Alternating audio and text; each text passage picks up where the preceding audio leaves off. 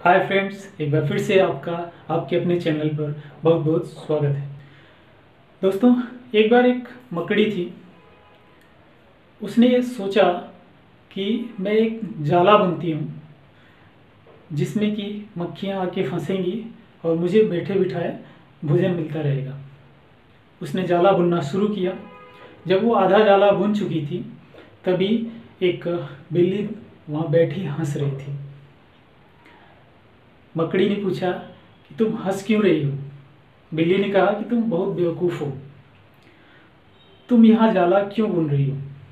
मकड़ी ने कहा कि मैं अपने भोजन की व्यवस्था कर रही हूँ, मुझे बैठे बिठाए भोजन मिलेगा क्योंकि यहाँ मक्खियाँ आएंगी और इस जाले में फंसेंगी। बिल्ली ने कहा कि तुम इतनी बेवकूफ़ हो, तुमको ये भी नहीं पता कि ये घर कितना साफ़ सुथरा है, यहाँ मक्खियाँ नहीं आती। तुम अपना जाला बना लोगी, कोई भी मक्खी उसमें नहीं बैठेगी। मकड़ी को लगा कि हाँ, तुम तो सही कह रही हो, बिल्ली सही कह रही है।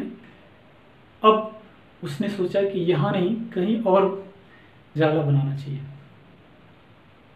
अब वो उस घर की विंडो पे जाला बनाने लगी। जब आधा जाला फिर से बन चुका तो वहाँ पे एक चूहा हंस रहा था।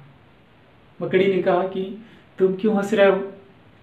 चूहे ने कहा कि तुम यहाँ जाला क्यों बना रही हो? मकड़ी ने कहा मैं अपने भोजन की व्यवस्था कर रही हूँ, यहाँ जाला बनाऊंगी, यहाँ पे मक्खियाँ आके फंसेंगी जो मेरा भोजन बनेंगी। चूहे ने कहा तुम बहुत बेवकूफ़ हो, तुम विंडो पे जाला बना रही हो, तुमको नहीं पता कि यहाँ तेज़ हवाएं आती हैं, यहाँ कोई मक्खी नहीं बैठेगी। मकड़ी को फिर से अफसोस हुआ। उसने कहा कि तुम सही कहते हो। अब वो तीसरी जगह जाला बनाने लगी और जब फिर से आधा जाला बन चुका था तो वहाँ पे एक चिड़िया हंस रही थी बैठ करके। अब मकड़ी ने पूछा कि तुम क्यों हंस रही हो? चिड़िया ने कहा कि तुम यहाँ जाला क्यों बना रही हो? मकड़ी ने कहा कि मैं अपने भोजन की व्यवस्था कर रही हूँ।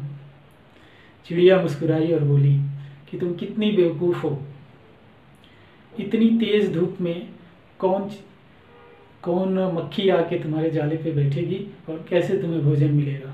तुम ऐसी जगह जाला बना रही हो जहाँ पे तेज़ धूप तेज़ रोशनी आती है, वहाँ कोई नहीं आएगा। अब मकड़ी को बहुत ज़्यादा अफसोस हुआ।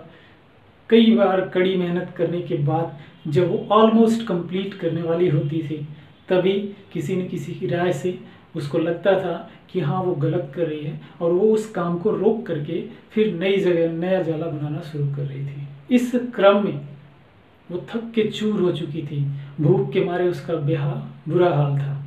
अब उसके पास इतनी भी ताकत नहीं बची थी कि वो नया जाला बनाए। वो निराश हो गई, हताश हो गई और थक हार के बैठ गई।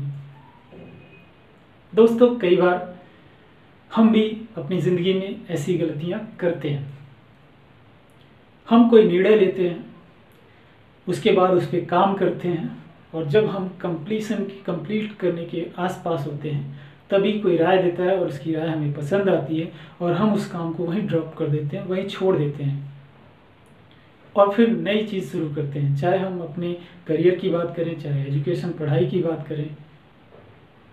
फिर अब कुछ करते हैं, कोई कोर्स करते हैं या कुछ करते हैं, फिर उसमें कोई राय देता है, उसकी राय पसंद आई, फिर उसको भी ड्रॉप करते हैं, फिर नया शुरू करते हैं। ऐसा करते करते हम अपना गोल्डन पीरियड ख़त्म कर देते हैं और जब हम करीब होते हैं सफलता के तभी हम ट्रैक चेंज कर देते हैं।